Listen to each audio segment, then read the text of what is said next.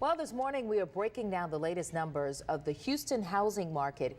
It is a good time, or is it a good time to buy, to invest, or to sell?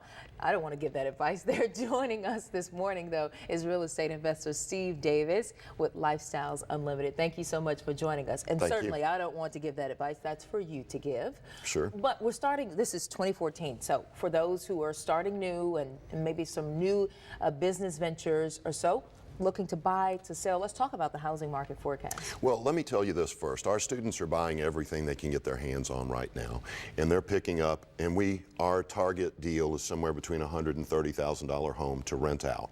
And they're picking up $10,000, $20,000 equity every time they do a deal.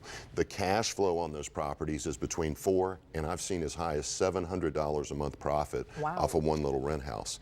So it is a fantastic opportunity now for investors. So if you are, what's the first thing you should think about, though? We're talking, again, new year, everybody, I've talked to some friends who are anxious to get out there, but what is the first thing you should think about? As an investor, it's all about cash flow. Don't buy any property that doesn't produce positive cash flow. And it's a two-pronged attack in life. You have your earned income and your investment income. And the sad thing is that most people are not doing that second prong. They don't have any passive or investment income. Well, real estate is an incredible tool for that. So people need to focus on cash flow. It's not about appreciation, which is a big misconception. It's all about cash flow. Appreciation is the icing on the cake.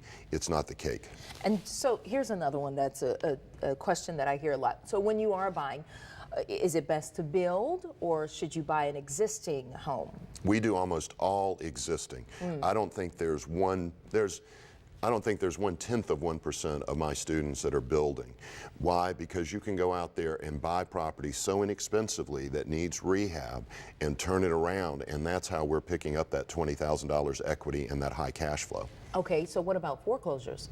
Those work. Those are very effective.